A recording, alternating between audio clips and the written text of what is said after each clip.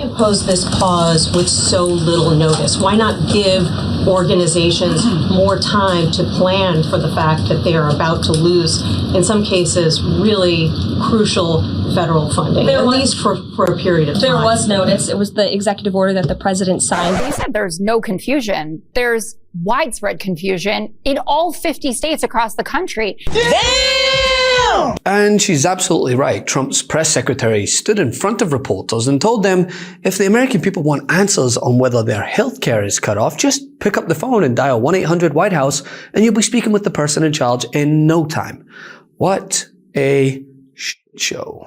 Peter, we will continue to provide that list as it comes to fruition. But OMB right now is focused on analyzing the federal government's spending, which is exactly what the American people elected President Trump to do. What you were saying before on Medicaid, it wasn't clear to me whether you were saying that no Medicaid would be cut off. Obviously, a lot of this goes to states before it goes to individuals and so forth. So are you guaranteeing here that no individual now on Medicaid would see a cutoff because of the pause? I'll check back on that and get back to you. What you just said is one of the most insanely idiotic things I have ever heard. After an abrupt halt on federal grants and loans was announced Monday night by the Trump administration, mass confusion spread across the government, Congress, state programs, and nonprofit organizations that rely on that funding. And well, who was sent out to clear up said confusion? Trump's new press secretary, Karoline Leavitt, and she quickly stepped into the tiny shoes left before her to offer some clarity. You mentioned the inflation executive order the president signed, but egg prices have skyrocketed since President Trump took office. So what specifically is he doing to lower those costs for Americans? Really glad you brought this up, because there is a lot of reporting out there that is putting the onus on this White House for the increased cost of eggs. I would like to point out to each and every one of you that in 2024, when Joe Biden was in the Oval Office, or upstairs in the residence sleeping, I'm not so sure, egg prices increased 65%. Have you noticed egg prices across the region continue to go up? Experts aren't seeing any relief in sight. Egg prices are estimated to increase about 20% more this year. That's compared to 2.2% for food prices in general. It's according to the Ag Department. Soaring egg prices are also impacting local businesses. Egg prices at nearly $8 a dozen. Can you imagine? And by clarity, I mean a nothing word salad akin to the vaguely worded 2-page memo that the Office of Management and Budget sent to all federal agencies Monday night, directing them to, quote, temporarily pause all activities related to obligation or disbursement of all federal financial assistance that could conflict with President Donald Trump's agenda. Clear as day, right? Donald Trump's reckless action cut off funding to law enforcement, farmers, schools, childcare, veterans, and healthcare. While he was out golfing, he threw the country into crisis. This is not bold. It's not leadership. It's stupid, buffoonish, childish of exactly what they did. Childcare providers across the state, law enforcement, our prisons, things that we count on, individuals on Medicare, things that we know matter to people's lives. And I want to be very clear about this. Minnesota is a state that pays far more into the federal government than we get back. Those are our dollars that he is stealing unconstitutionally. Congress, as I served, as Attorney General Ellison served, appropriates the dollars. This is so far beyond the pale to try and pull these dollars back. And the real thing about this was he has no idea. I understand this. Donald Trump has no idea the implications on this. And when she was asked specifically about Medicaid, which provides health insurance to more than 70 million low-income and disabled Americans, Leavitt said she would get reporters a full list from OMB. Are you guaranteeing here that no individual now on Medicaid would see a cutoff because of the pause? I'll check back on that and get back to you. I think there's a big question for millions of Americans who are on Medicaid. I mean, this is a major federal health insurance program that provides health insurance to the poorest and most vulnerable Americans in this country, tens of millions of Americans. And from the podium there, she could not answer whether their health insurance will be impacted by this freeze, this federal funding freeze that OMB put in place yesterday. That is, I think, a huge headline out of this briefing. And it speaks to whether or not this administration is moving so quickly that they are getting out in front of their skis. She tried to say that this order would not impact direct assistance to Americans, but when she listed things like Social Security and Medicaid, that left a big opening to other federal assistance programs. You heard reporters trying to get clarity, and she really didn't have it. She said she'd have to get back to folks, give them information, get lists of federal programs. This is not a blanket pause on federal assistance and grant programs from the Trump administration.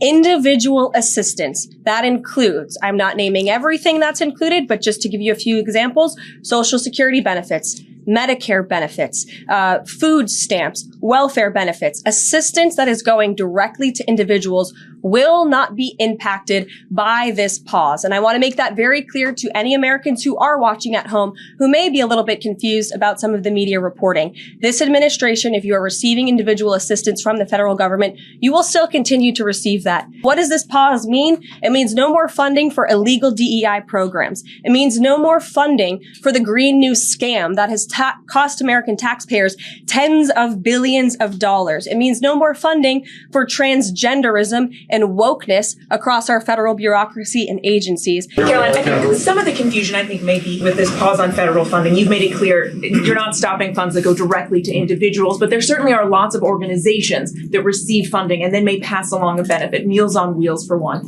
They provide meals for over 2.2 million seniors. What is the president's message to Americans out there, many of whom supported him and voted for him, who are concerned that this is going to impact them directly, even if, as you said, the funding isn't coming directly to their wallet? I have now been asked and answered this question 4 times. To individuals at home who receive direct assistance from the federal government, you will not be impacted by this federal freeze. In fact, OMB just sent out a memo to Capitol Hill with Q&A to clarify some of the questions and the answers that all of you are asking me right now. Again, direct assistance will not be impacted. But indirect assistance, Karoline, it's going to another organization and then trickling down.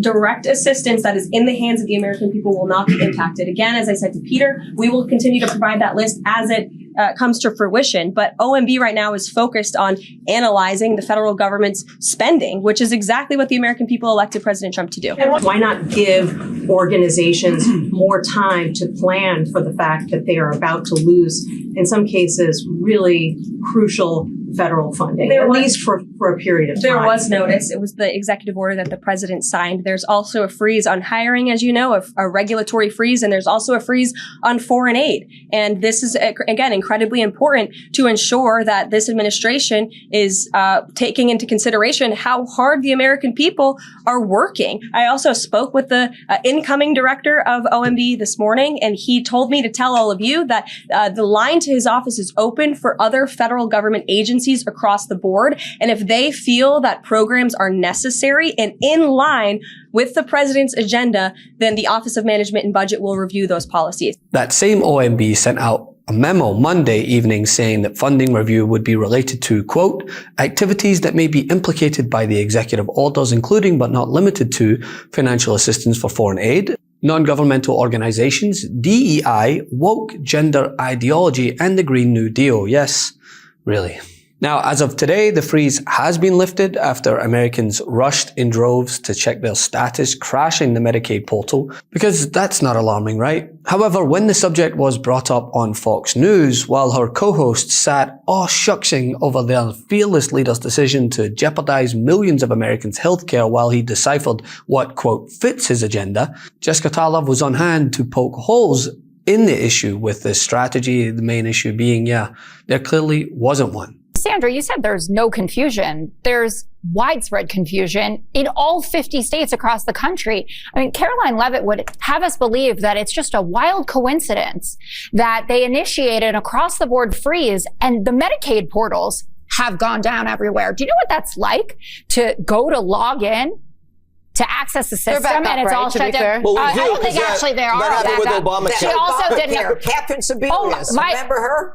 Yeah, I do. But the Obama administration didn't initiate an across-the-board freeze. Then, by the way, she also didn't know how to answer whether 72 million Americans still had their health care. She said, ask the unconfirmed head of OMB. And this is already indicative of this administration, right? Making sweeping unconstitutional decisions at the expense of the American people, offering no explanation or guarantee that people's benefits that they rely on to live would be accessible. Then when a judge shuts it down, just quietly walk it back like nothing happened. And they received an email that said, from the administration,